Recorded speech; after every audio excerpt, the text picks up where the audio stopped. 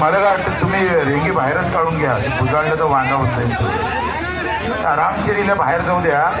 मी दुसऱ्या लागन तर बंडीवर बसतो, पण ते वांगा करून ते आवरलं जात नाही ते गोडे.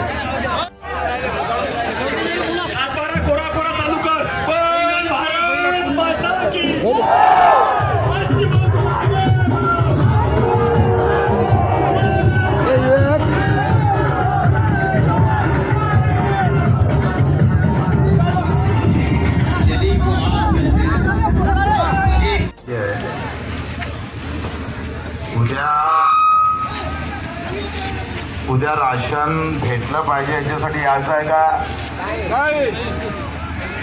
कर्जमाफीसाठी यायचं आहे का? कोण कोण येणार नाही हात वरती करा बरं. येणार नाही. बापाने कर्ज माफ करावं लागणारच.